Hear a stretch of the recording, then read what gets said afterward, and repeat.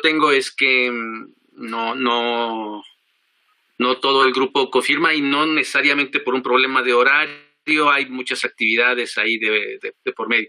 Les decía antes de que entraras tú, Irlanda, que esta es la hora en que más o menos me ha funcionado en otras ocasiones, pero estoy dispuesto a considerar otras opciones si es que es muy incómoda la hora, ¿no?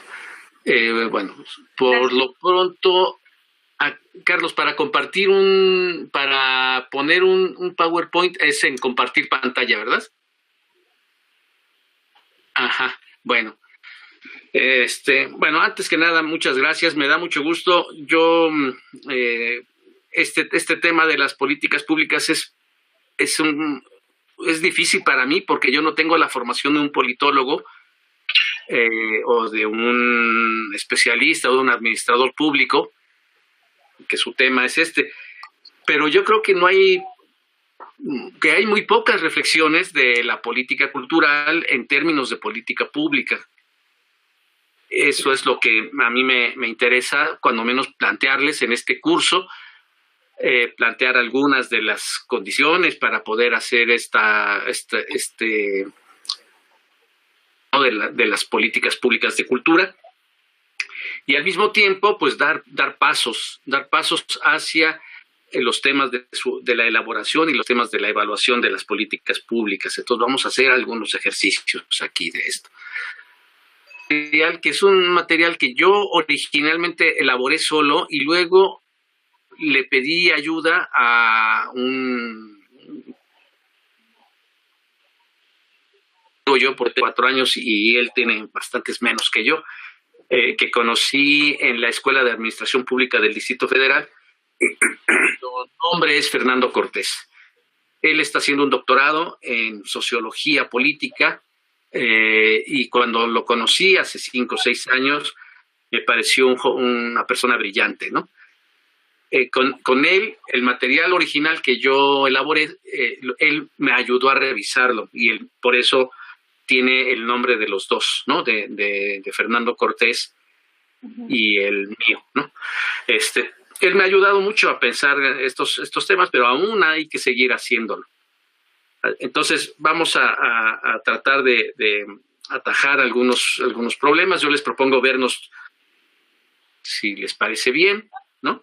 Perdón, no se escuchó. ¿Cómo? Perdón, es que no escuché, que decía que proponía vernos. Ajá. Les propongo encontrarnos por este medio los martes, ¿no? Para que ustedes me comenten y yo les proponga también algunos temas de reflexión, ¿no? Sobre esto. Bueno, y no les he dicho que les deseo un buen 2018, que pinta Costa Rica.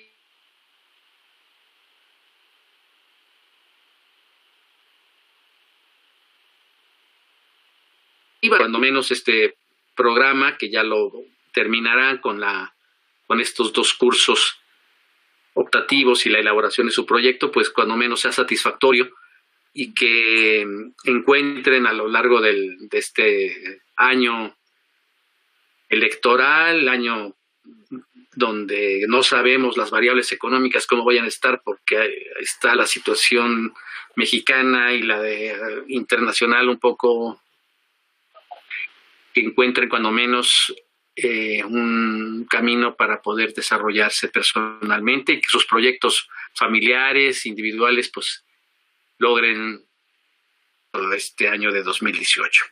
Bueno, yo les voy a plantear simplemente algunas líneas de reflexión que les voy a poner con un PowerPoint que lo voy a compartir. Y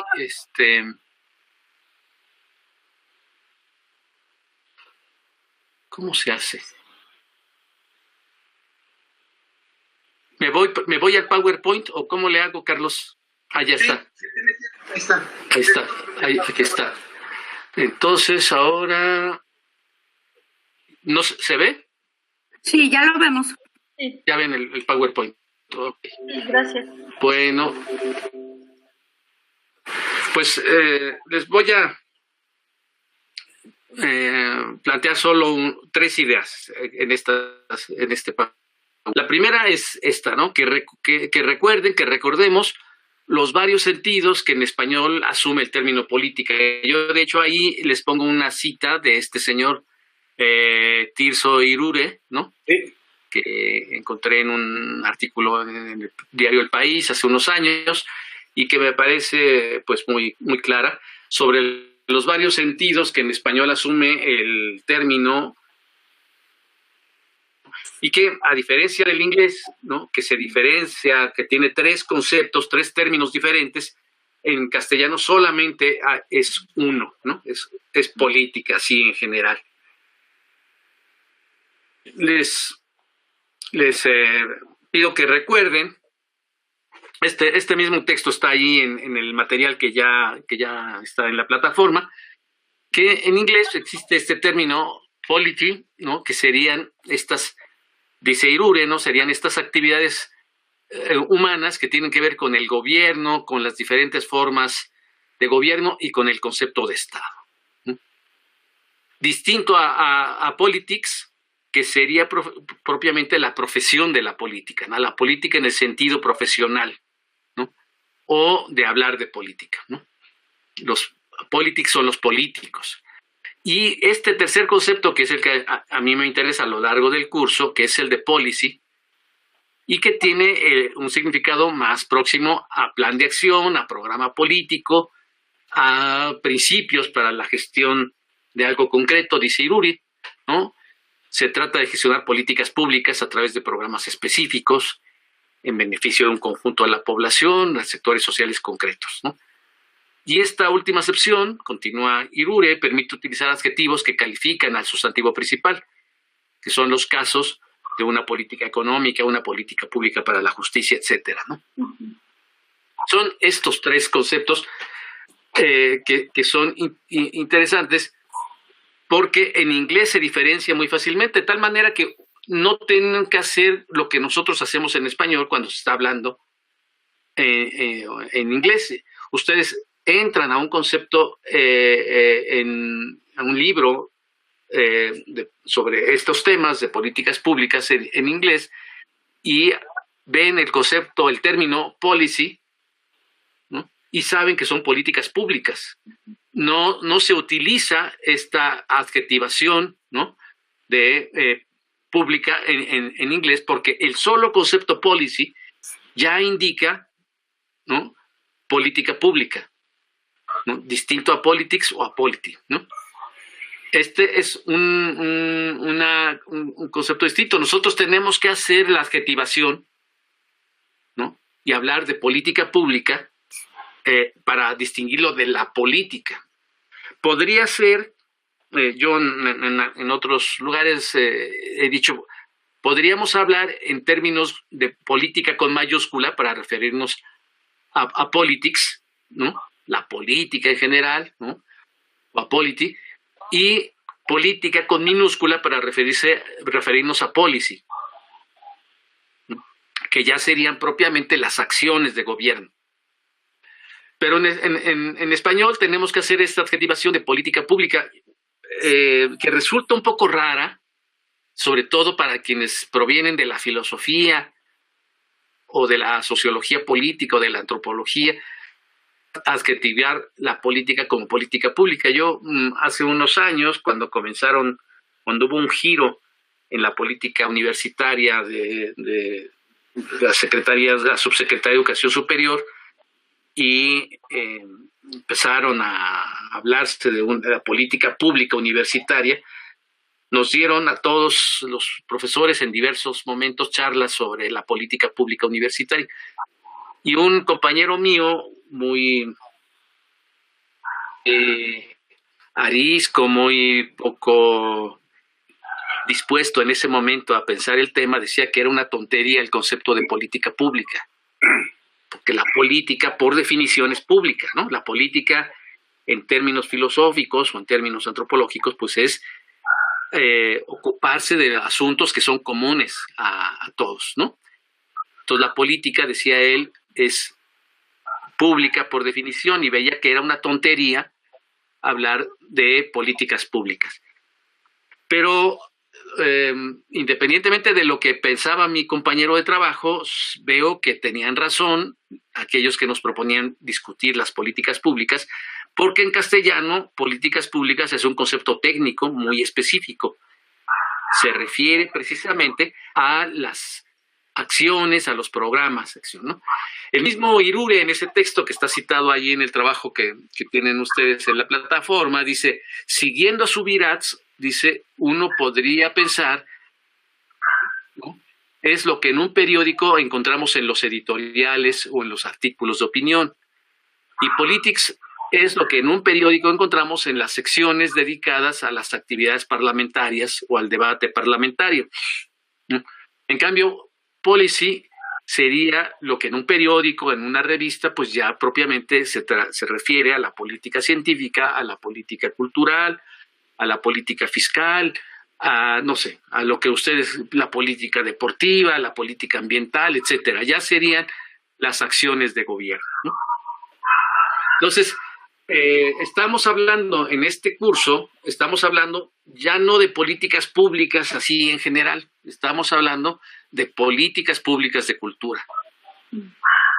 Esto es importante. Entonces, para poder entender este recorte del que les acabo de hablar, pues podríamos recordar esta otra cuestión. Yo utilizo este panorama general de las políticas culturales en el curso sobre políticas culturales, más o menos así lo propongo, de que este concepto de política cultural es un concepto que puede referirse a muchas cosas.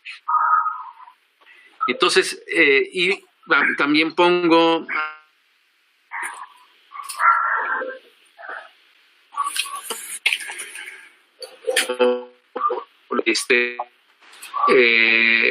en alguna conferencia o con un grupo, que pelearse con el concepto política cultural, decir la política cultural es esto, pues no tiene mucho sentido, porque en realidad por política cultural podemos entender cosas muy diferentes y a veces hasta cierto punto opuestas, ¿no?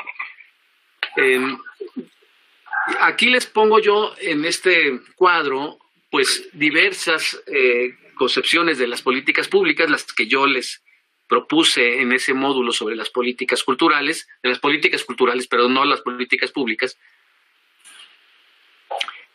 donde les decía, hay diversas definiciones sobre política cultural. Algunas, por ejemplo, son definiciones que aluden a la mutua relación entre la política y la cultura. Entonces, son intercambios, aquí el factor determinante son los intercambios que hay entre el arte y la política, que pueden ser intercambios de subordinación, de apoyo, de cooperación, de autonomía, y que puede expresarse en forma unitaria como la política cultural, así como en una forma definida. Aquí la idea es pensar que este mundo del arte, ¿no?, al mundo de la política, en la modernidad se separaron, se cindieron, empezaron a tener un desarrollo individual y un perfil propio, la cultura, el arte, pero el hecho de que se hayan autonomizado como campos y respondan a criterios o normas o leyes propias, no quiere decir que estén desvinculados. La política siempre ha tenido en la cultura un objeto interesante. Ya Maquiavelo, ¿no?, lo ponía en sus consejos al príncipe, de que era bueno que se preocupara por los artistas, por ejemplo. Y ya propiamente en el siglo XIX y sobre todo en el XX vimos pues los grandes esfuerzos muy conscientes por subordinar o por utilizar la cultura o el arte, ¿no?, de un proyecto político específico. Los casos más notables son los casos del fascismo y del y del comunismo, ¿no? Donde se habla o se intenta hacer de la cultura un de sustentación. El fascismo, digamos, es el caso más claro, o el nazismo, donde hay un aparato, un ministerio dirigido por un hombre que era un fanático y encuentra muy claramente en los instrumentos de la propaganda los recursos para subordinar la cultura. Entonces, en ese momento estamos hablando prácticamente de esta vinculación o esta subordinación total, ¿no?, de la cultura a la política y sobre todo del arte.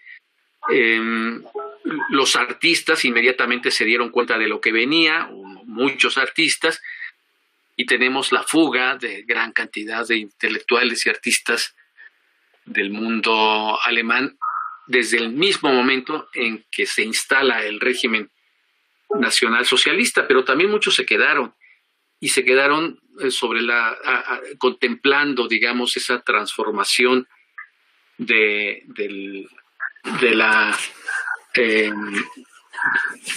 vida cultural. Hay un párrafo que a mí me gusta, lo tengo yo señalado en un libro que estoy leyendo de Joachim Fest, que es el historiador el que narra en un libro los últimos días del régimen nazi en el búnker de la Cancillería. Luego lo hicieron película, ¿no? El libro es El hundimiento y la película se llama igual.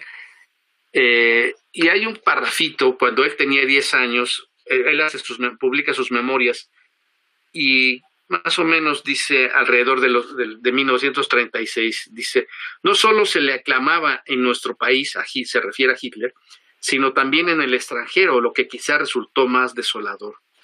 Toda una serie de servicios, delegaciones de combatientes franceses, de periodistas o funcionarios, pusieron Europa a los pies del dictador alemán. A ellos se unieron los sindicatos que mostraron su reconocimiento a la política social de Hitler, y otro impulso fueron los Juegos Olímpicos, que se organizaron como una gran fiesta de reconciliación. Y luego dice escribe estas líneas: a ello había que añadir los numerosos adornos pseudorrománticos del mundo moderno, decía mi padre. El nacional socialista ya no se componían de las orquestas de jazz, que se prohibieron, de la arquitectura modernista, que también se afectó, y el cubismo, que fue considerado un arte decadente. Ahora, dice, se impuso el folclore, las trenzas en el pelo y el arte de los viejos ministros. Bueno, esto, para el caso del fascismo, del comunismo, o en el caso del nacionalismo cultural, también lo podemos encontrar como parte de una política, ¿no? Hay definiciones de cultura que aluden a la producción de la hegemonía y el consenso. Es esa definición, por ejemplo, que utiliza García Canclini en su libro, que es un libro que está cumpliendo 30 años, su libro sobre políticas culturales en América Latina, donde dice que la política cultural consiste en la orientación del desarrollo simbólico de la sociedad, ¿no? Y esta es una política quizá no de tanta duración como la anterior, pero sí caracteriza un régimen o una matriz sociopolítica, usando el concepto que utiliza Manuel Antonio Garretón, y que pone énfasis en conceptos que aluden a la movilización de la sociedad como identidad, independencia, soberanía, ¿no? Serían estas dos nociones de política cultural las que, desde mi punto de vista, se ajustan al concepto de política. Y en cambio, hay una noción de política cultural que alude a la elaboración de políticas públicas. Esto es propiamente una definición de objetivos públicos y de instrumentos para alcanzarlo, y que caracterizan un gobierno que pone énfasis en metas y medios y criterios de evaluación y que refiere como principal actor al Estado. En nuestro caso serían las entidades federativas o los municipios o tal vez las instituciones también. Entonces, este sería más bien una noción de política cultural que nos alude más a la noción propiamente de policy y que es una noción distinta. Entonces, cuando estamos hablando de políticas públicas de cultura, ya estamos haciendo un recorte. Ya no estamos hablando de la política cultural en general y sería, digamos, injusto referirnos a la política cultural del nacionalismo cultural en México o del fascismo o del comunismo como una política pública. Por política pública estamos entendiendo una definición clara de objetivos y de medios. Entonces, aquí estamos haciendo un recorte.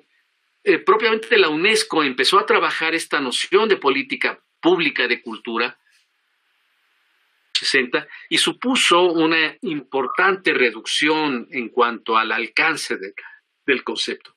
A algunos no les gusta, entonces cuando se hacen estas discusiones, ¿y qué es la política cultural? La política cultural es lo que hacen los diversos entes estatales o las entidades federativas con el fin de alcanzar objetivos y utilizar medios y metas y plantear medios y metas.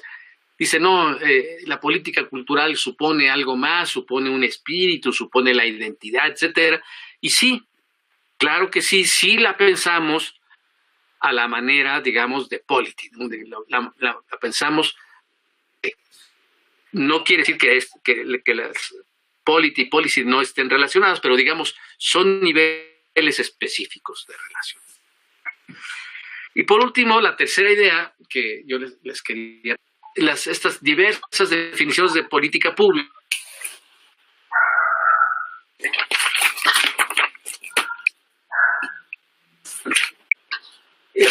Lo que llaman algunos la ciencia de las políticas públicas, aunque tal vez sea excesivo llamarlo así, serían pues que las políticas públicas se preocupan por el conocimiento, y los sino por los mismos procesos de decisión del orden de lo público y de lo cívico. El fundador de las políticas públicas. En México, el fundador, digamos, de las políticas públicas o del estudio de las políticas públicas en México, que es don Luis Aguilar Villanueva, tiene una definición que en realidad son un conjunto de definiciones, ¿no? Estos son los elementos que él considera. Aquí el primer elemento pues es una secuencia que es un sistema viral, ¿no? Acciones intencionales y causales, porque se orientan a realizar objetivos considerados de valor para la sociedad. Esto de resolver problemas, voy a terminar insistiéndoles al final de su importancia, ¿no? Resolver problemas cuya solución es considerada de interés o un beneficio público. También son acciones cuya intencionalidad y causalidad han sido definidas por el tipo de interlocución que tiene lugar entre el gobierno y los sectores de la ciudadanía, es decir, son políticas que refieren a un ambiente democrático, un ambiente de intercambio de opiniones entre el gobierno y la ciudadanía. Son acciones a emprender que han sido decididas por autoridades públicas legítimas y cuya decisión las convierte formalmente en públicas y legítimas, de tal manera que las políticas públicas se convierten hasta cierto punto en el objetivo de gobierno de un gobierno legítimo. Hay, por ejemplo, políticas públicas que ya no se consideran legítimas y por eso no son posibles de someter a referéndum. Por ejemplo, con los derechos humanos. No se puede votar discriminar. ¿Por qué? Porque es un derecho humano y las acciones o los derechos humanos son imposibles de ser llevados a referéndum. Entonces, las políticas públicas son la base también de la legitimidad. Nosotros votamos, es también otra de los temas interesantes, votamos en función de las políticas públicas. Por eso la novedad de López Obrador de proponer un gabinete, que es una novedad hasta internacional, yo por lo que veo, difícilmente un gobernante anuncia su gabinete 6 meses antes, cuando todavía ni es candidato, ni ha comenzado la campaña. Esto que es quizá un exceso de López Obrador, secuela. Y la secuela es que si nombras al gabinete, si dices quién se va a hacer cargo de la educación, el que se va a hacer cargo de la educación no puede hablar de lo importante que es la educación, sino tiene que hablar de políticas públicas, ¿no? Entonces, como ha hecho López Obrador, voy a echar abajo la reforma educativa, y luego le matiza, ¿no? O voy a amnistiar narcos, y luego matiza. Este tipo de políticas ya no es la política en general, son policies, son políticas públicas. Y los gobiernos en realidad son elegidos por las políticas públicas. Riesgo y López Obrador. El riesgo es que ha anunciado un gabinete, es que se está discutiendo o sea, ese es el riesgo, y la ventaja es que obliga a discutir políticas públicas. Otro punto que dice Aguilar Villanueva: un conjunto de acciones que son llevadas a cabo por actores gubernamentales o por actores asociados a los entes gubernamentales, autorizados, digamos, políticas públicas. Y son un conjunto de acciones, dice por último Aguilar Villanueva, que configuran un patrón de comportamiento de gobierno y sociedad, ¿no? Otra definición de política pública, esta de un profesor colombiano: las políticas públicas son el conjunto de iniciativas, decisiones y acciones del régimen político socialmente problemáticas. Otra vez esta palabra de los problemas. Y buscan solucionar esas dificultades o al menos llevarlas a niveles manejables. Este profesor francés, en cuanto a objeto de investigación, la política pública se caracteriza por la atención que se presta en su estudio a un tema de gran importancia de las autoridades investidas de legitimidad pública o gubernamental.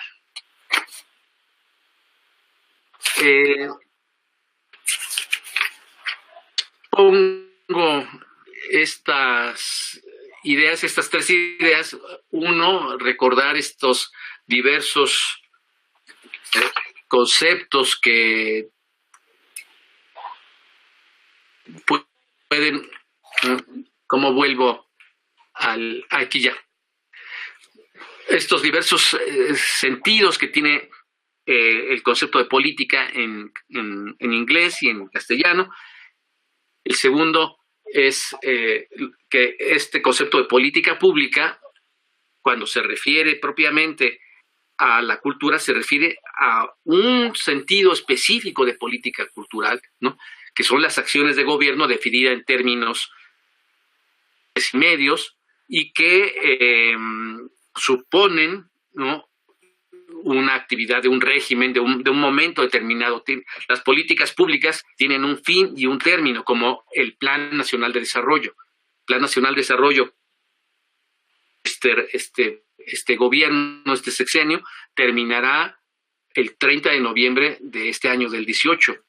Y a partir del 1 de diciembre comenzará una discusión sobre políticas públicas que se debe plasmar disposiciones en otro programa nacional de desarrollo, ¿no? Por último, pues estas definiciones. Y les he insistido en este concepto de problema, porque las políticas públicas se basan en la definición de un problema, ¿no? No se resuelve o no se define desde el punto de vista técnico, se define desde el punto de vista político, es decir, en la mesa un problema, la sociedad, ¿no? El origen de las políticas públicas es externo a las políticas públicas. Las políticas públicas no tiene un sentido técnico de planeación. El origen de las políticas públicas político, ¿no?, polity, en el sentido que los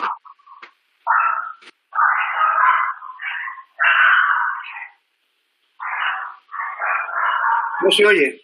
sociales, la ley más central, ¿no? Bueno, yo aquí me callo y les dejo a ustedes la palabra, ¿no?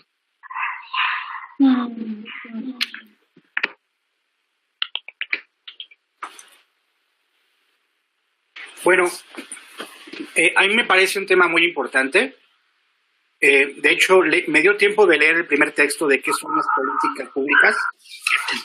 Y bueno, la parte del estado de bienestar que viene en la página 11, así como el tema de la tipología de los estados de bienestar, bueno, creo que es una forma muy clara en la cual se logra explicar este concepto de libertades económicas bajo diferentes formas, que ya bien puede ser la neoliberal, o pueden ser parte de una dislocación de comunidades que son derivadas de un déficit de solidaridad. Si bien esto es como una de las partes que va a servir en el proyecto de cada uno para tener una cimentación estructural y teórica más clara, o qué vamos a hacer con todos estos discursos de la política pública. Es decir, nuestro proyecto, cómo se va a acoplar o cómo se va a organizar partiendo de esta idea.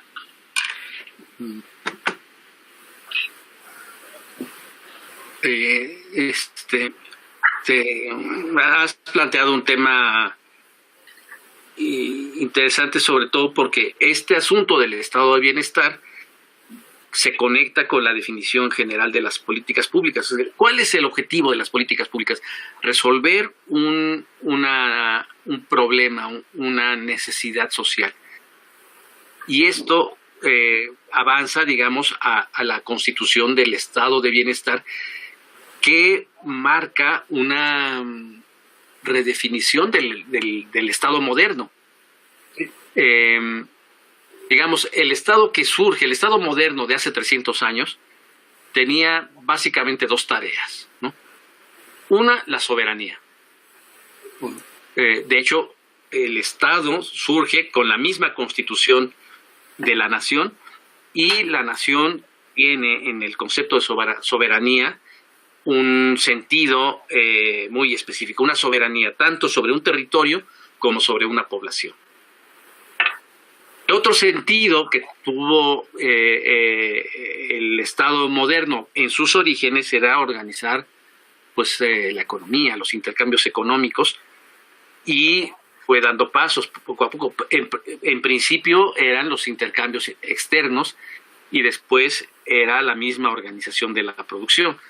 A nosotros, el reino español, en la época de la colonia, nos impuso una política proteccionista, una política de exclusión de las naciones, de ciertas naciones en cuanto al comercio. Recuerden ustedes que la Nueva España no podía comerciar con ningún país más que con la misma España, con la metrópoli, y era la metrópoli la que comerciaba con Europa, ¿no? La libertad de comercio fue parte, digamos, de ese proceso de constitución de la nación mexicana, donde la nación mexicana empezaba también a constituirse. Entonces, aquel Estado de hace 300 años, que tenía esas dos tareas fundamentales, la tarea de la soberanía y la tarea del comercio, fue asumiendo diversas.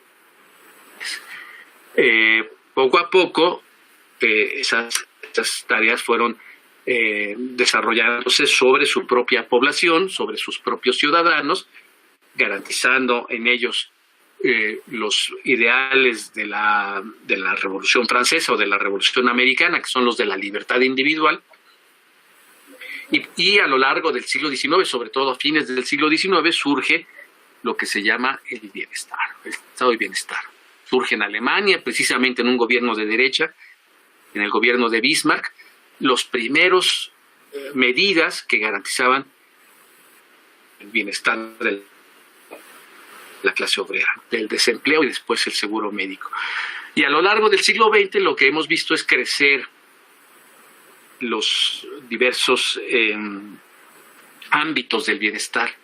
De tal manera que el bienestar en realidad no es fácil de definirlo porque crece, ¿no? El bienestar se refiere también a condiciones psicológicas de calma, de asunción de derechos, etcétera. Pero esto es fruto prácticamente de la Segunda Guerra Mundial. El estado de bienestar, el welfare, ¿no? Es lo opuesto al warfare, ¿no? Al estado de guerra. Y el objetivo de un Estado moderno ya no se puede definir en términos de la soberanía y de la organización del comercio, sino se define claramente por el bienestar desde el término de la Segunda Guerra Mundial. Y juzgamos y elegimos gobiernos a partir del bienestar. Son muy raras las condiciones, los países en el que el bienestar pasa a un segundo término. Digamos, la Cuba de los Castro, el bienestar pasó a un segundo término, en función, en primer lugar, de la soberanía, ¿no? Definió el Estado cubano es que primero soberanía y después bienestar. Poco sucede con Maduro esta situación, pero los estados democráticos modernos en realidad piensan un poco al revés. Primero el bienestar, y es posible incluso ceder soberanía si el bienestar se puede garantizar. Es el caso de Europa, ¿no? Los países europeos construyen la Unión Europea cediendo soberanía, pero impulsando políticas que en principio suponen bienestar. Ahora, las políticas o los estados de bienestar, como dice Anderek, que es el autor en el que me baso, tienen también diversas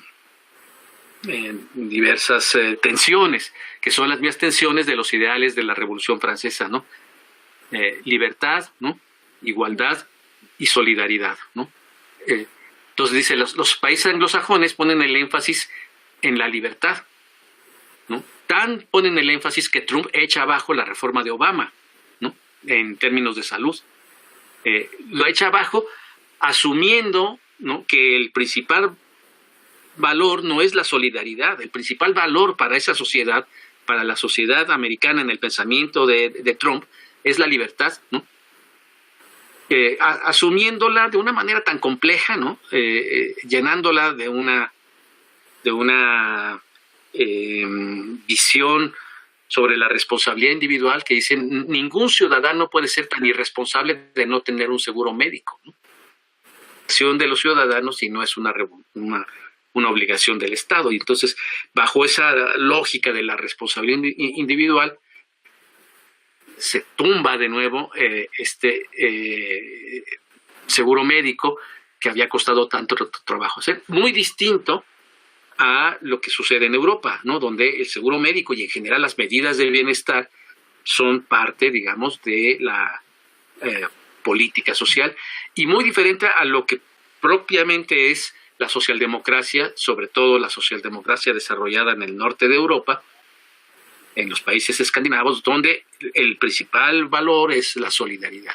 Es donde se está discutiendo este concepto de la renta básica, por ejemplo, ¿no?, de la que está echando mano ahora, curiosamente, el precandidato del PAN, Anaya, ¿no?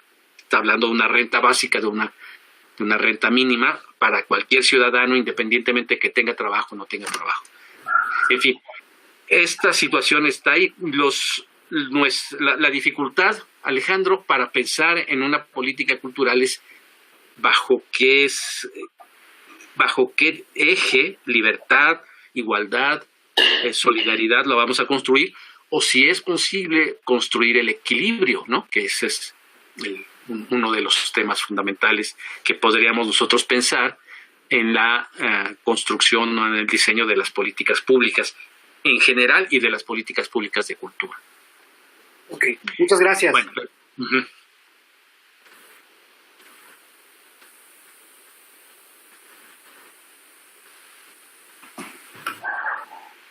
Doctor, yo también tuve oportunidad de leer el texto, al igual que Alejandro, y en el caso latino, la cuestión de la solidaridad y las familias me preguntaba yo, pues, cuáles son las características precisamente como de este tipo de estado de bienestar, ¿no? ¿A qué se refería? Porque lo vimos como en el cuadrito, pero no sé, cuáles eran como las características o los elementos específicos como de este tipo de políticas públicas. No sé si podamos como ahondar un poquito en ello. Alejandro, y tú tienes razón,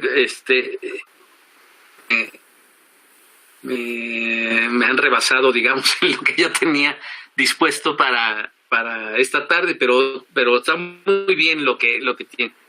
Alejandro, esquema de Anderegg, esquema, digamos, con el que él desde Europa piensa las políticas públicas a partir de esta tensión entre los tres ideales del surgimiento de la modernidad, ¿no? Libertad, igualdad, solidaridad.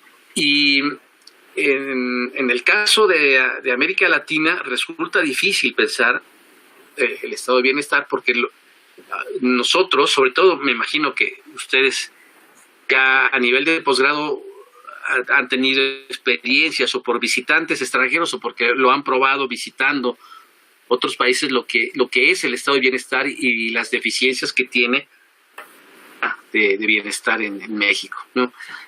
Yo hace 20 años exactamente fui con mi familia a pasar un sabático a Barcelona y íbamos a estar un año y cuando llegamos mi preocupación es qué vamos a hacer si se enferma alguien, ¿no? Estaba yo muy preocupado y la solución fueron dos. Una, les prohibí a mis hijos y a mi mujer enfermarse, ¿no? Esa fue la primera solución que yo encontré.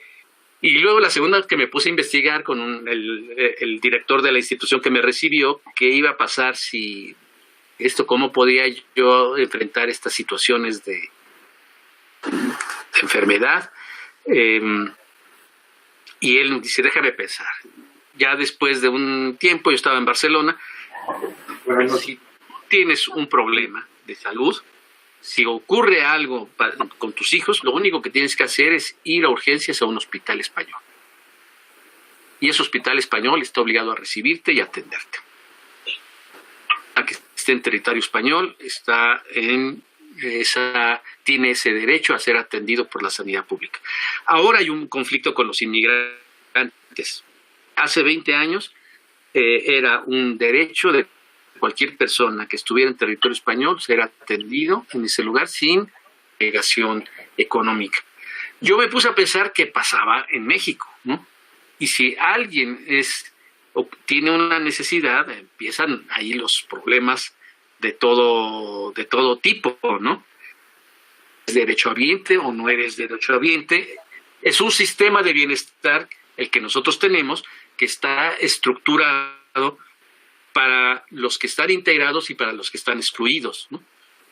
Tienen el sistema del Seguro Social o del ISSSTE, los que están excluidos estaban fuera por la Secretaría de Salud o por este Seguro Popular. Estos dos niveles son los que empiezan a trabajar muy, muy claramente. ¿Quién tiene derecho a una jubilación en México? Pues aquel que está en estos dos sistemas, pero no todos los trabajadores. En Europa, cualquier trabajador en cualquier lugar está obligado a aportar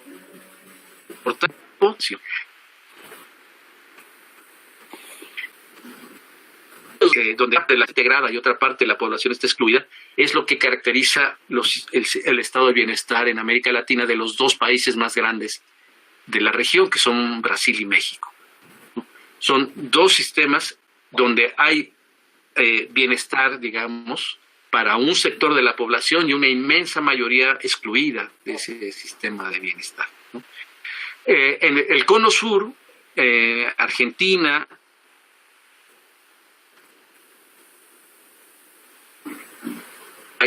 próximo al sistema europeo, aunque Chile pasó por el periodo de la dictadura, y la dictadura lo que hizo fue desmontar el estado de bienestar. La educación universitaria se costea, ¿no?, aún en las universidades públicas, y es lo que ha dado a los grandes movimientos universitarios en Chile, ¿no? La educación, el debate no es el de la gratuidad gratuidad, sino el de lucro, ¿no? En Chile, ¿no? Uruguay quizás sea la sociedad latinoamericana que tiene el sistema de bienestar más próximo al europeo. Pero es una sociedad donde hay 3 millones de uruguayos en el país, ¿no? Es una sociedad muy, muy pequeña. Y existe unos países latinoamericanos que son básicamente los del Caribe, en Centroamérica, donde prácticamente no existe ninguna cosa que pueda ser considerada una América Latina cuyos condiciones, digamos, de su sistema de bienestar se caracteriza más o menos, ¿no? Por la desintegración. Y esto habría que pensar lo que sucede con la cultura, ¿no? También, ¿no? Nosotros pensamos políticas culturales a aquellos sectores que están excluidos. No sé si conozcan en Aguascalientes o en Tijuana o en Toluca los faros aquí en la Ciudad de México, los que desarrolló un periodo de Cuauhtémoc Cárdenas. De hecho, acaban de cumplir 20 años los faros. Y hay uno particularmente exitoso que es el faro de Oriente, ¿no? Problemas y montones de fallas y montones de cosas que les podemos criticar, pero digamos son proyectos muy interesantes, y después del faro de Oriente se hicieron algunos otros. Y yo hace unos 7 u 8 años en una discusión decía que esta ciudad planteaban, precisamente en una campaña electoral, planteaban que un candidato que iba a poner faros en todas las delegaciones, un faro en cada delegación. Entonces se hizo un debate de dónde se le ocurrió a ese candidato que tenía que haber un faro en cada delegación. Y yo, apoyando a ese candidato, dije que debería haber un faro en Polanco. Me salieron encima de mí porque la idea de los faros nace, o para algunos tiene una función compensatoria. Y pensar en un faro en Polanco, donde hay tantas escuelas de arte, tantas escuelas privadas, decían, no tiene ningún sentido porque la clase media acomodada o la clase de amplios recursos no requiere un faro. Yo decía que sí, como política pública. Más importante de los faros, decía yo, no son las actividades que se desarrollan dentro de los faros, sino el principio de conexión que puede existir entre el faro de Oriente y el eventual faro de Polanco. Los chicos de Polanco vayan a Oriente a ver las actividades. Cuando los chicos del faro de Oriente vayan a Polanco a ver lo que hay, en ese momento podemos decir que los faros han dejado de ser guetos y que lo que importa es una política abierta. Les esté haciendo, porque veo a Ernesto pensando sobre esto, les esté haciendo chiras la idea. ¿Por qué un faro? Si las políticas culturales muchas veces tienen ese sentido compensatorio, ¿no?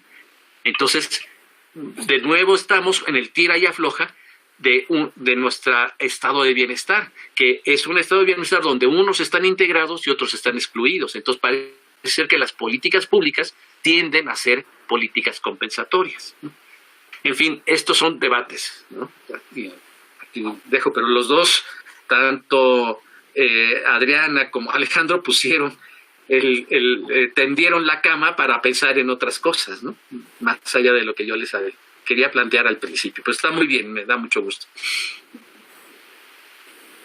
Doctor, yo tengo una duda que me surge en relación al tema del bienestar. Yo no tuve oportunidad de leer las lecturas, pero ¿de qué manera? Mi duda viene un poquito en el sentido de qué manera justo está,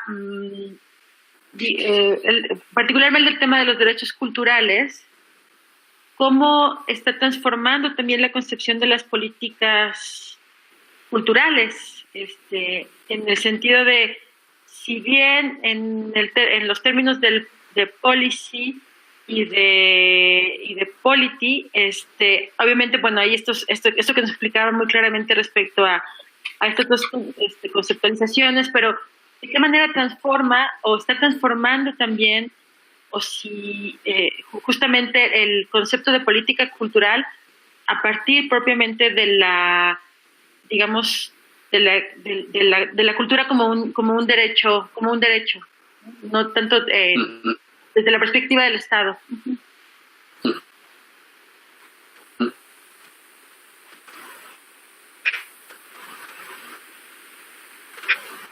O sea, en el gobierno de Calderón, del sexenio, hubo una importante transformación legislativa en México, que alcanzó un tono, que alcanzó la Constitución, fue la legislación sobre los derechos humanos. Esta discusión tardó prácticamente todo el sexenio, porque fue hasta 2011, con una reforma constitucional de enorme calado. Muchas conferencias de los juristas más importantes de México hablando de que esta reforma del 2011, la reforma que introduce los derechos humanos a la Carta Magna, una reforma que, aunque no suponga la redacción de una nueva constitución, en realidad le da un tono totalmente nuevo a la Constitución mexicana, ¿no?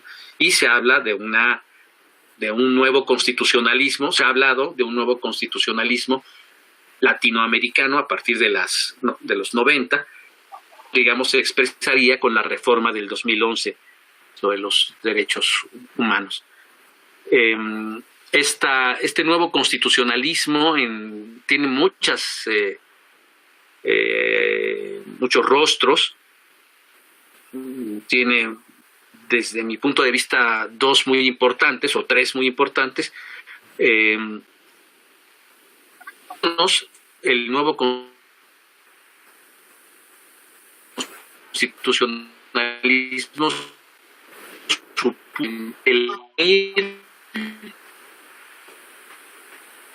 No se escucha. ¿Se perdió? Sobre los derechos. Perdón, ¿podría repetir otra vez?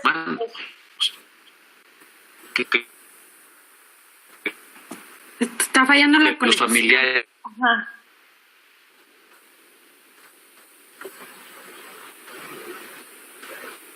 ¿Está ahí todavía? No.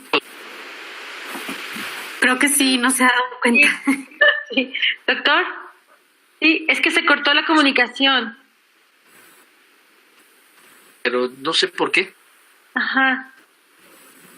Creo que ya está.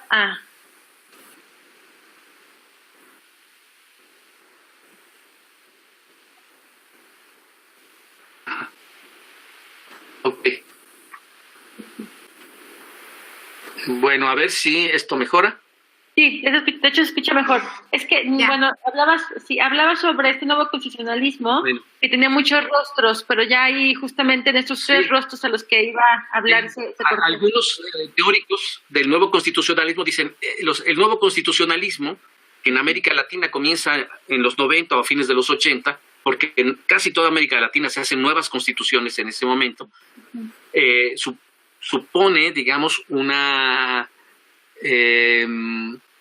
aceptar, digamos, la dinámica de los movimientos sociales. Es una respuesta a la movilidad. Tiene muchos rostros, fundamentalmente el rostro por la lucha por la democracia, en México la lucha por los derechos humanos, en otros lugares la lucha de los excluidos, ¿no? Un segundo rostro, y quizá el más importante desde el punto de vista de la originalidad del proceso, el nuevo constitucionalismo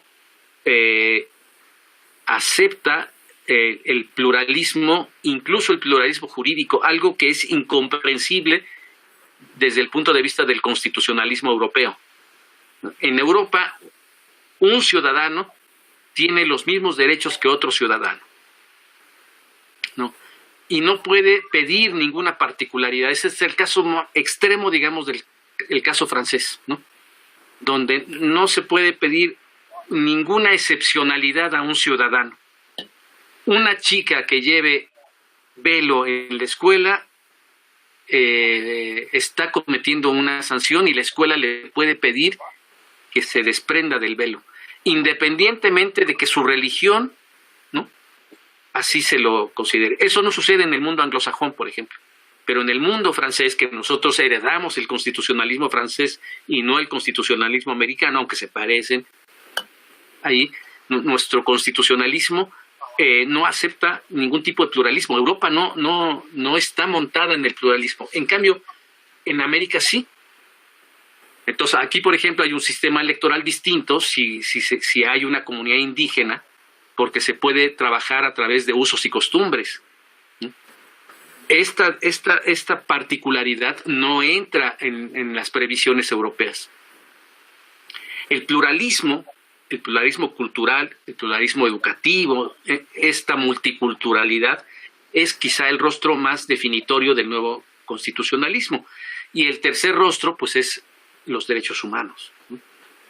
En el caso mexicano, la reforma constitucional del 2011 introduce el tema y reforma todo el primer capítulo de la Constitución mexicana, que se llamaba antes de las garantías individuales, y a partir del 2011 se llama de los derechos humanos y las garantías y sus garantías, ¿no? Esta diferencia es una diferencia fundamental y cambia el sentido, por ejemplo, de la educación, ¿no? La educación a partir del 2011 no es un servicio que presta el Estado, es un derecho de los ciudadanos.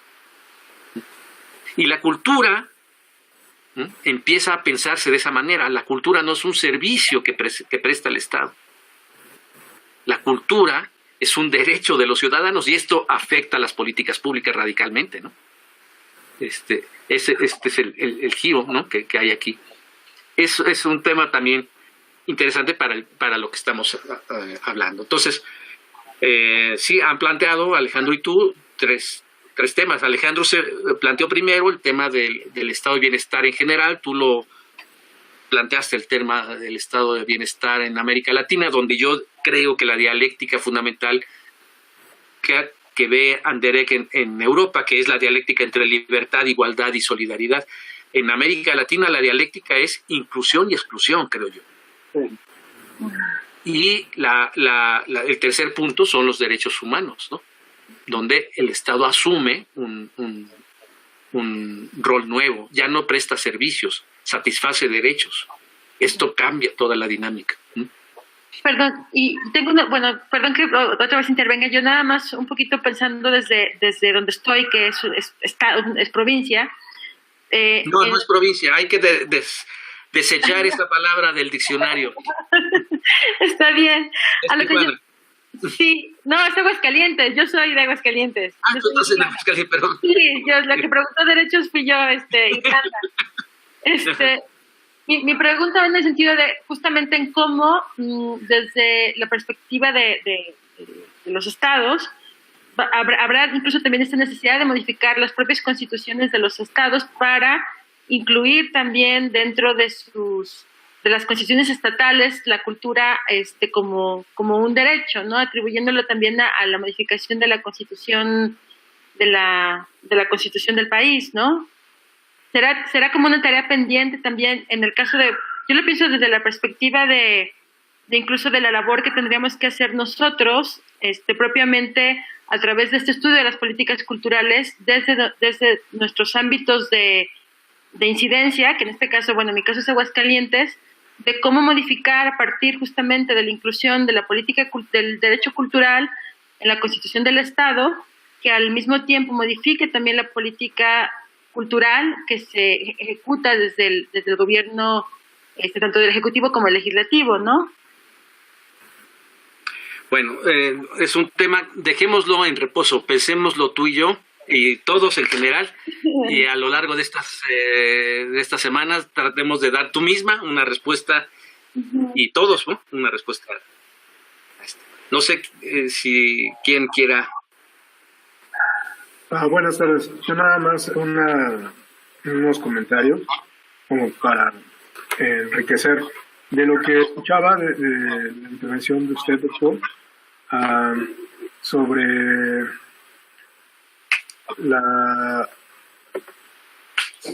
sobre la pluralidad. Bueno, me interesaban algunos temas, pero por el tiempo también me gustaría acotar la parte de la pluralidad. En la parte del Estado, creo que, bueno, como usted lo mencionaba ya concretamente aquí en el Estado mexicano, se empieza a sentar 2011, pero creo que, no sé, ustedes ahí me corrigen, influyó fuertemente, bueno, el movimiento indígena, sobre todo canalizado en el movimiento zapatista con la exigencia de que se cumplieran los acuerdos de San Andrés, que creo que ahí se planteaba una reforma muy profunda al sistema social y al régimen político para precisamente reconocer una pluralidad que se había negado y derechos de las propias comunidades. Menciono esta parte porque, bueno, usted resaltó que la dialéctica en América Latina obedece más a el eje exclusión, inclusión, y los pueblos indígenas, junto con otros actores sociales, vivieron en la primera etapa de la modernidad, en la modernidad latinoamericana, pues una fuerte negación de sus tradiciones, de sus experiencias de vida. Y creo que como se cimentó el Estado político, el sistema social finalmente fue retomando la ingeniería del modelo europeo, como usted lo señaló, parte de Europa, e incluso una hibridación. Siempre se pensó los derechos, las libertades políticas, muy homogeneizada la figura de la libertad, y al sujeto político no se le construía fuera de una forma de acatamiento. Perdón, estoy divagando, pero me parece importante señalar que la pluralidad, si bien nos viene acompañando toda nuestra historicidad, no era visible en las normas, en las leyes, en las instituciones. Entonces siempre era muy marcado en la negación de los factores de varios sujetos que eran sujetos de derecho, ¿no? Y bueno, esta parte me parece muy importante retomarla precisamente en este contexto, y creo que eso nos va a servir el otro texto que nos dieron de lectura el Congreso de Washington, porque es parte también de pues de esta nueva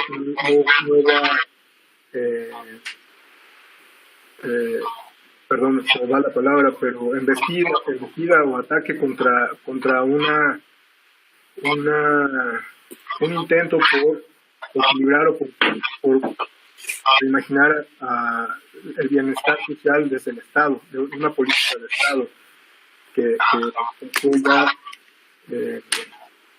pues equilibrios sociales y redistribuir la riqueza y las formas de convivencia entre los distintos sectores que componen pues una sociedad, un Estado-nación.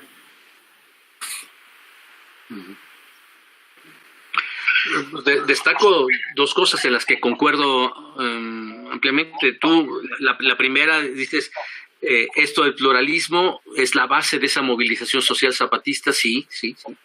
Que digamos, antes del 94, antes del 1 de enero del 94, se había hecho una reforma constitucional que había incluido el carácter pluricultural de la sociedad mexicana. Eso ocurre en el 92, en el artículo 2 de la Constitución, o en el artículo 4 y luego se pasa al 2. Sí, en el artículo 4 y luego se pasa al 2, y luego ya viene esto, ¿no? El movimiento zapatista, los acuerdos de San Andrés, la reforma que luego Fox hace ampliamente en el 2001 o en el 2002, ¿no? Sí, y es un tema que no está resuelto, ¿no? Cuando se discutió el año pasado la ley General de Cultura y Derechos Culturales. Una de las cosas que siempre afloraba es que esta reforma o este carácter pluricultural de la sociedad mexicana se diga en ese nuevo ordenamiento legal. Pero, tienes razón ahí en ese punto.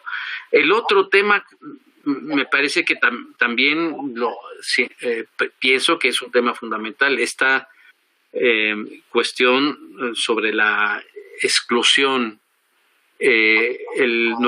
Nuestro debate es en torno a las posibilidades que tiene una política pública que se plantee superar el estado de indefensión o de exclusión que tiene muchos enemigos, ¿no?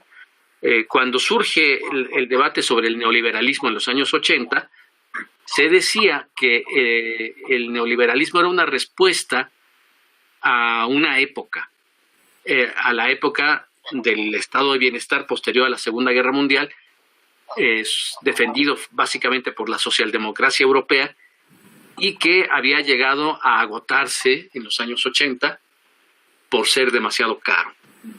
Entonces comienza el debate de reducir el estado de bienestar, incluso de pensar lo que en ese momento se llamó el estado mínimo. La derecha norteamericana impulsó la idea de que una sociedad democrática es una sociedad donde el Estado tiene poco que hacer, ¿no? Y el debate fue el estado mínimo, ¿no? Surgen modalidades, por ejemplo, en la justicia, algo que no estaba previsto en las legislaciones europeas, de una justicia privada, algo inaudito para el constitucionalismo europeo, pero donde la justicia es pública. Pero ya en Europa y en los Estados Unidos, desde luego, hay modalidades de justicia que es una justicia privada, donde dos personas, dos entidades en litigio contratan a un juez, ¿no? Y asumen la sentencia que el juez vaya a dictar, ¿no? Modalidades de justicia que son inauditas y que parten de la idea de que el Estado puede ser reducido al mínimo, ¿no? Los ejercicios que se hicieron en los años 80 llegaban hasta niveles de ciencia ficción, ¿no? ¿Por qué ir al registro civil a registrar un hijo? ¿Por qué no ir ante un notario? ¿No? Son temas que ahí estaban en la discusión sobre el estado mínimo. Eso ocurre en general en los años 80, pero nuestro estado de bienestar en México y en América Latina era un estado de bienestar tan imperfecto que empieza a desmontarse de una manera un poco salvaje sin ni siquiera haber alcanzado la universalidad, ¿no? Nuestro estado de bienestar no había sido universal y empieza a desmontarse.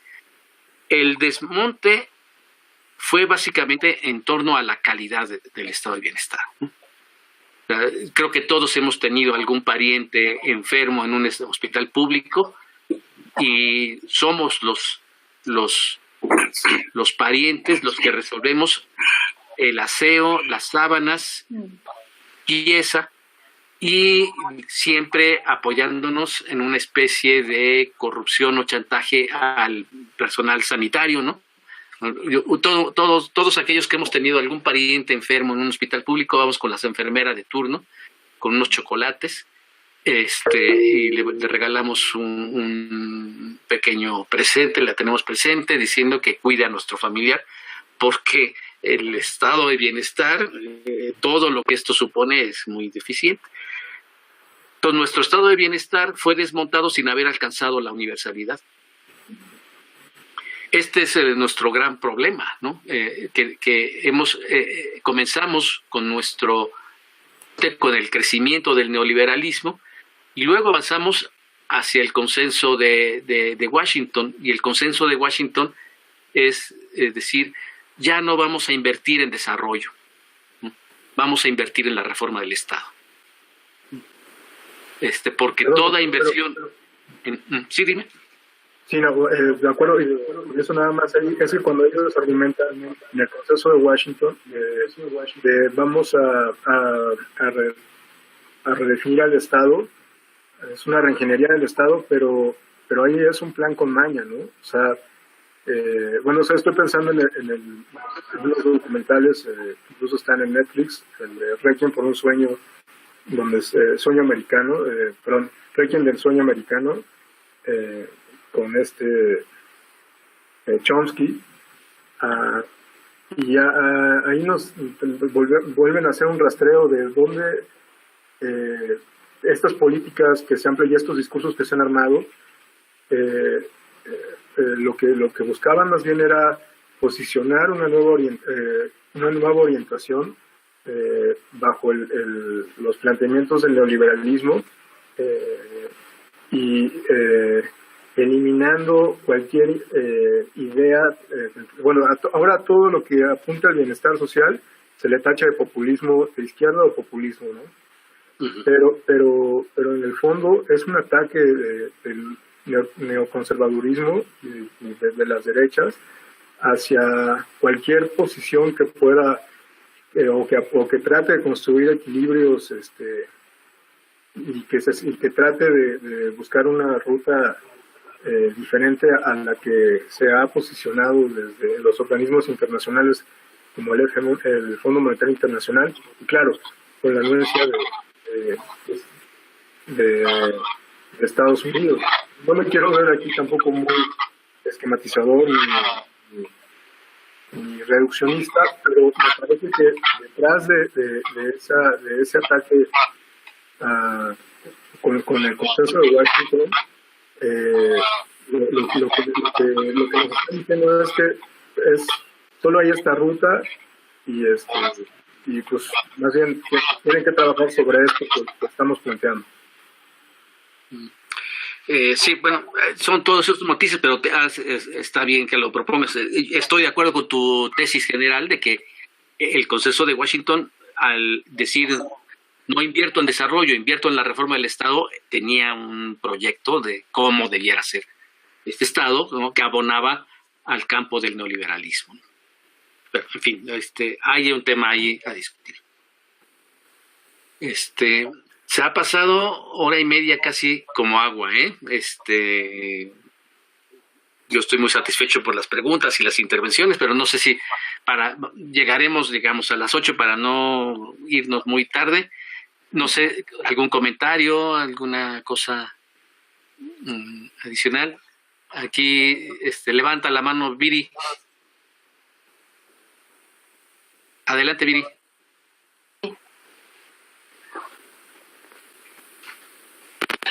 No sé si ahí me escucha. Sí. ¿Sí me escucha? Sí. Ay, a ver si no se corta ahorita. No, nada más para comentar, un poco regresando más bien a antes, ¿no? Mis compañeros se fueron un poquito después.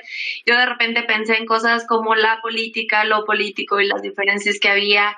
Y también un poco pensando en eso que comentaban ya mis compañeros y pensando tal vez en este estado proteccionista que a veces,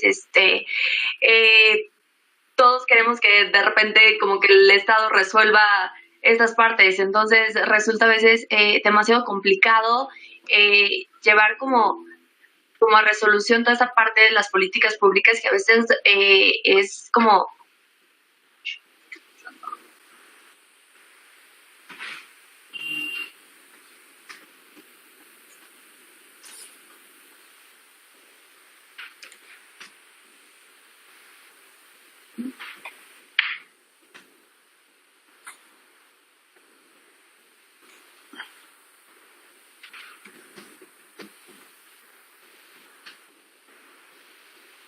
¿Qué pasó? Exacto, no se escucha. ¿Se desconectó? Parece pues que sí. No. ¿Mm?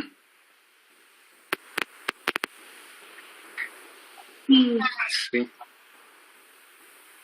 Bueno. No sé si mientras alguien quiere hacer algún comentario.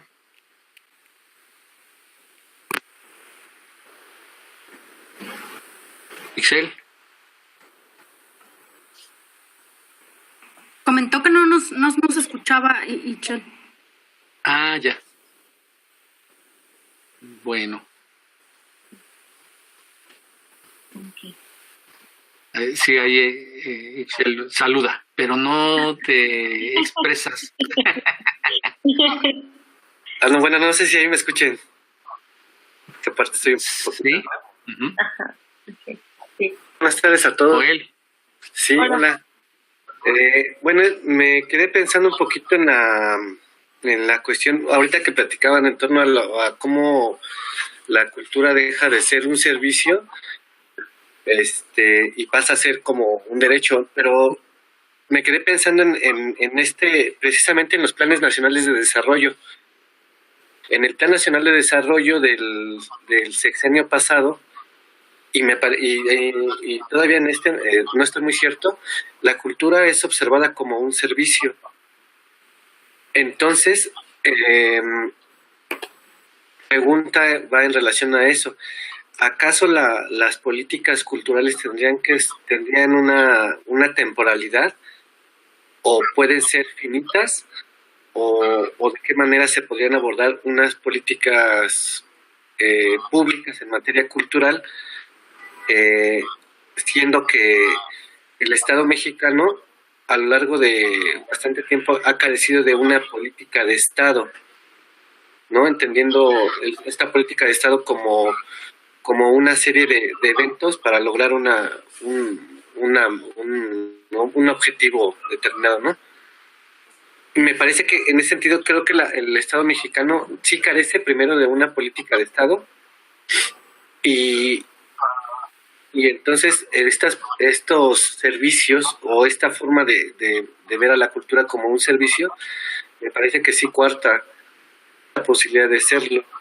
No sé si me explico un poquito, pero primero es si las políticas culturales tienen una temporalidad y la segunda es la posibilidad de que exista de que se genere una política de Estado y ya no como una política pública, sino una política de Estado firme, independientemente de quién esté a cargo, ¿no? Sí, es un tema interesante de cierta complejidad, porque si vamos a nuestro sistema de planeación establece que el Plan Nacional de Desarrollo, que es donde el Estado, donde un gobierno, donde una administración plasma su proyecto, tiene un límite temporal, ¿no?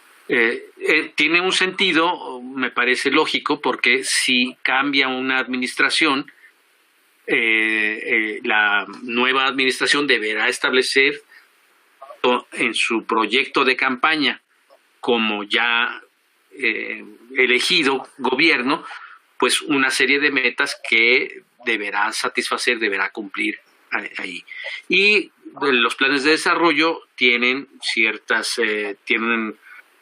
suponen planes sectoriales, ¿no?, de educación.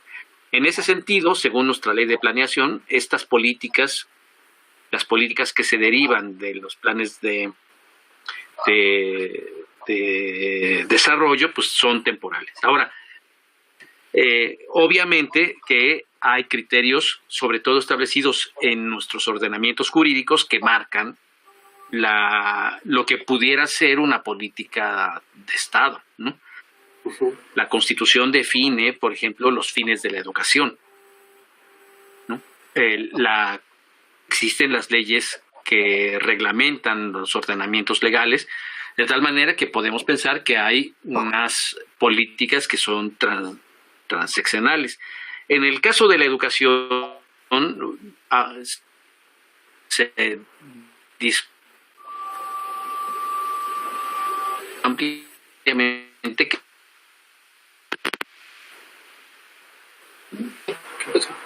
vamos de cultura, una política cultural transeccional que ha sido muy, muy clara, que es, ¿no?, todo nuestro ordenamiento sobre patrimonio y nuestras prácticas sobre patrimonio pasado, digamos, la prueba del tiempo y se han consolidado, a veces para bien, a veces para mal, pero han sido una política de patrimonio permanente que es, en este caso, transaccional.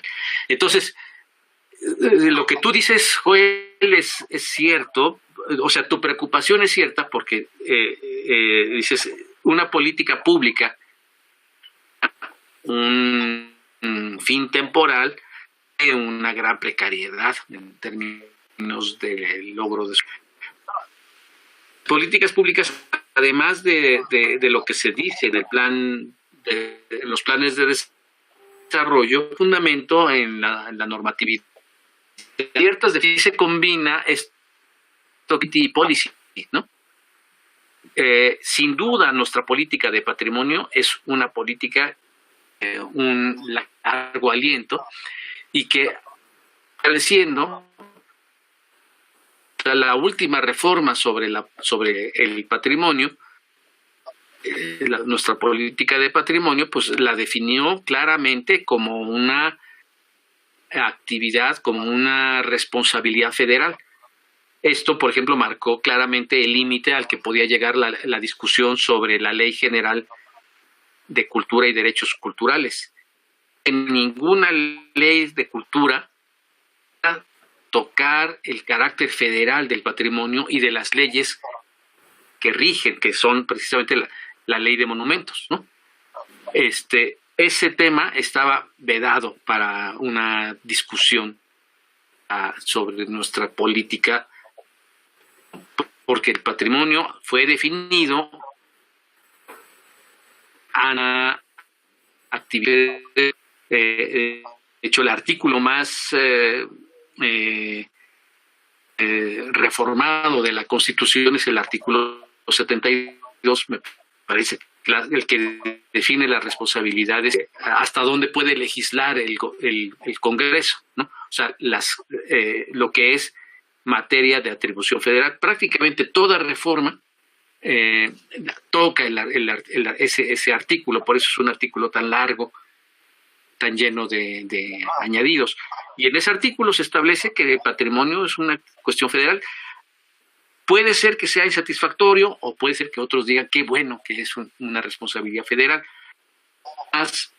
Bueno, me gustaba porque ahora no tengo un criterio claro y tengo que volverlo a pensar. Pero a mí me gustaba y lo escribí en algún momento que el patrimonio debería ser una actividad concurrente de la federación, los estados y los municipios, ¿no? Muchos me han dicho que eso es imposible, y me ponen el ejemplo moderno de la seguridad, ¿no? Los municipios tienen responsabilidad sobre la seguridad, pero son incapaces de cumplir con esa obligación. Esto del mando único, del mando mixto, todas estas cuestiones, ¿no? Pero en fin, lo que está ahí de por te despertó, Alejandro, el teléfono. Bueno, perdón. No. Y nos asustó a todos, además. La cuestión está en cómo este tema que tú dices sobre las políticas sexenales puede ser viable. Yo ahorita lo dejo así, Joel, y sigamos discutiéndolo en otro momento.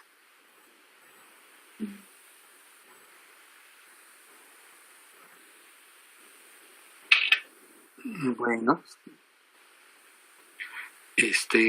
o sea, pasó el tiempo. Yo tenía pensado 1 hora y un poquito más, y esto se pasa así muy bonito, sobre todo cuando ustedes hacen comentarios y esto es más interesante, digamos, se vuelve más interesante con sus participaciones. Pero yo creo que estuvo bien por este primer encuentro y nos encontremos, pues les propongo que nos encontremos el próximo martes, y si no hay dificultad con la hora, pues a la misma hora, ¿no? A las 6:30. Doctor, bueno, ¿sí? No sé los demás compañeros, lo que pasa es yo tengo problemas los martes y jueves, pero no sé cómo anden en sus días la agenda. O sea, si nada más se puede en día martes, no sé.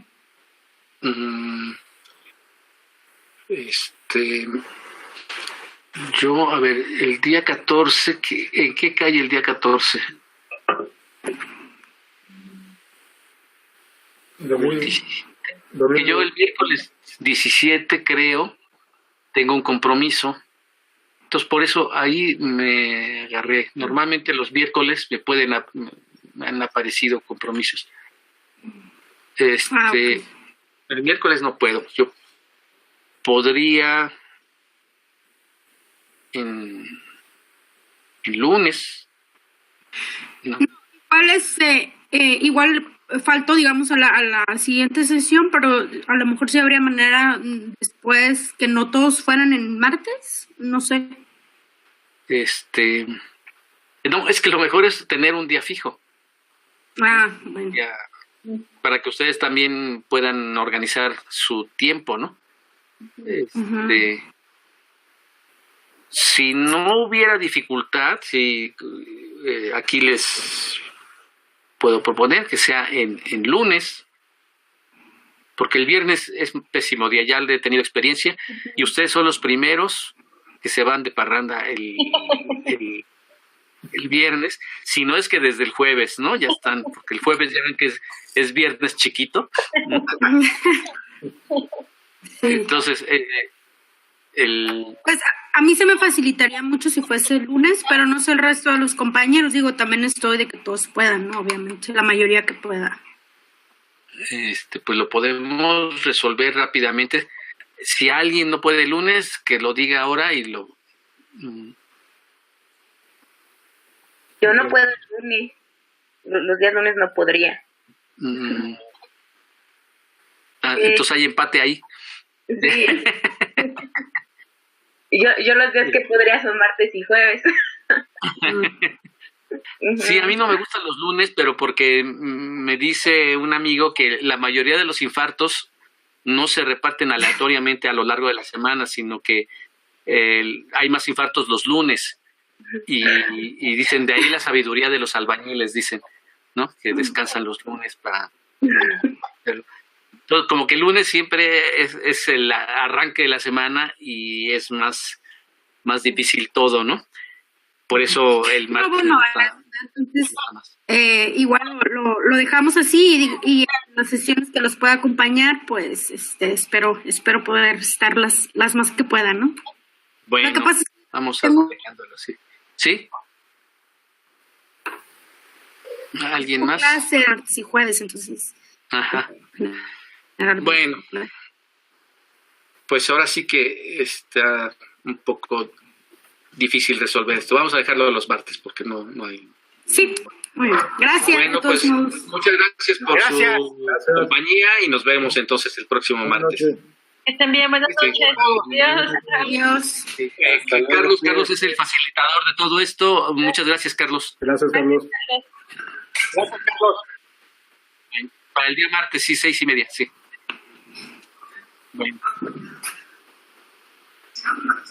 Bueno. Gracias, Okay. adiós. Gracias. Gracias. Hasta luego. Gracias. Chao. Chao.